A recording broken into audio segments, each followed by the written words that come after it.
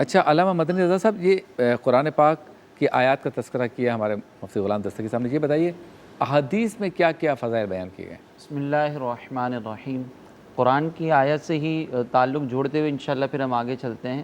اللہ تبارک و تعالیٰ نے صحابہ کے ایمان کو معیار ایمان قرار دیا ہے کہ اگر کوئی صحابہ جیسا ایمان لے کر آئے گا تو ہی ان کا ایمان قابل قبول ہے۔ جیسے کہ سورہ بقرہ میں اللہ تبارک و تعالیٰ نے ارشاد فرمایا کہ وَإِذَا قِيلَ لَهُمْ آمِنُوا كَمَا آمَنَ النَّاسِ، کہ جب ان منافقوں سے کہا جاتا ہے کہ تم لوگوں کی طرح ایمان لے کر آؤ جیسا کہ لوگ ایمان لے کر آئے، تو یہاں پر اللہ تبارک و تعالیٰ نے منافقین کو جن لوگوں کی طرح ایمان لانے کا کہا تھا وہ اس دور میں صحابہ کرام ہی تھے۔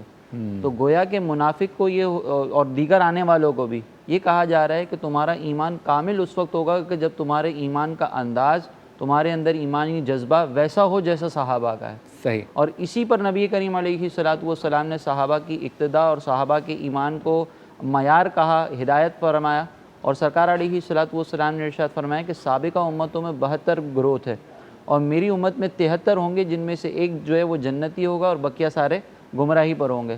تو صحابہ کرام نے عرض کی کہ یا رسول اللہ صلی اللہ علیہ وسلم وہ ناجی فرقہ کون سا ہوگا، ناجی گروہ کون سا ہوگا؟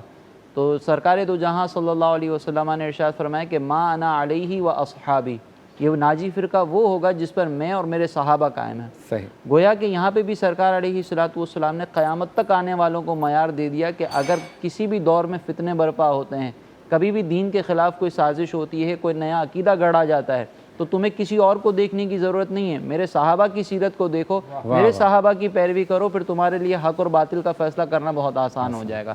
اسی لیے، اور یہ کسی ایک صحابی کی سیرت کے بارے میں نہیں فرمایا، سرکار علیہ السلام نے تمام صحابہ کے بارے میں فرمایا کہ اصحابی کالنجوم، میرے تمام صحابہ ستاروں کی مانند ہیں، فَبِأَيِّهِمْ اقْتَدَيْتُمْ اهْتَدَيْتُمْ، تم ان میں سے جن کی بھی اقتداء کرو گے ہدایت پا جاؤ گے۔ تو اب یہاں پر آپ غور کریں کہ صحابہ کرام کا یہ ایمان جو ہے اس قدر معیاری ایمان ہے کہ ہم صحابہ کرام کی اگر پیروی کر لیں، ان کی سیرت کو من و عن اپنا لیں، ان کے انداز کو من و عن اپنا لیں، تو ہمیں پھر کسی اور سے ہدایت کے حصول کی ضرورت ہی نہیں رہے گی۔ صحیح۔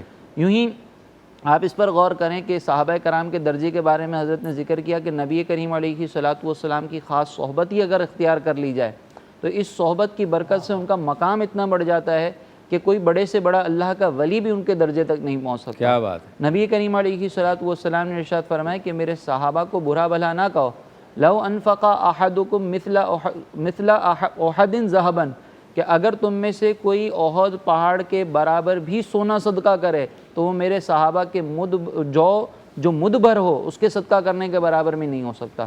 یعنی آپ غور کریں کہ ایک طرف ایک امتی پہاڑ کے برابر سونا صدقہ کر رہا ہے اور دوسری طرف جو ہے وہ ایک عام شخص جو ہے وہ مد جو صدقہ کر رہا ہے۔ واہ واہ۔ تو ان دونوں کی قیمتوں میں کتنا تفاوت ہو سکتا ہے۔ سرکار علیہ السلام نے فرمایا کہ وہ مد جو میرے صحابہ کے ہاتھ سے جائے وہ ایک عام آدمی کے احد پہاڑ کے برابر سونا کرنے کے برابر بھی نہیں ہو سکتا، یعنی اس کا درجہ اتنا بڑا ہے۔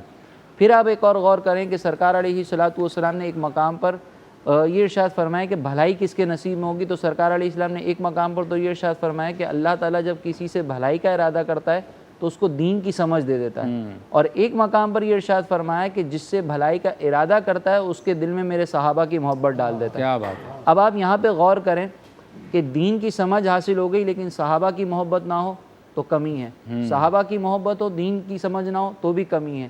یہ دین کی سمجھ اگر صحابہ کی محبت کے ساتھ ہوگی تو ہی یہ سمجھ قابل قبول ہے۔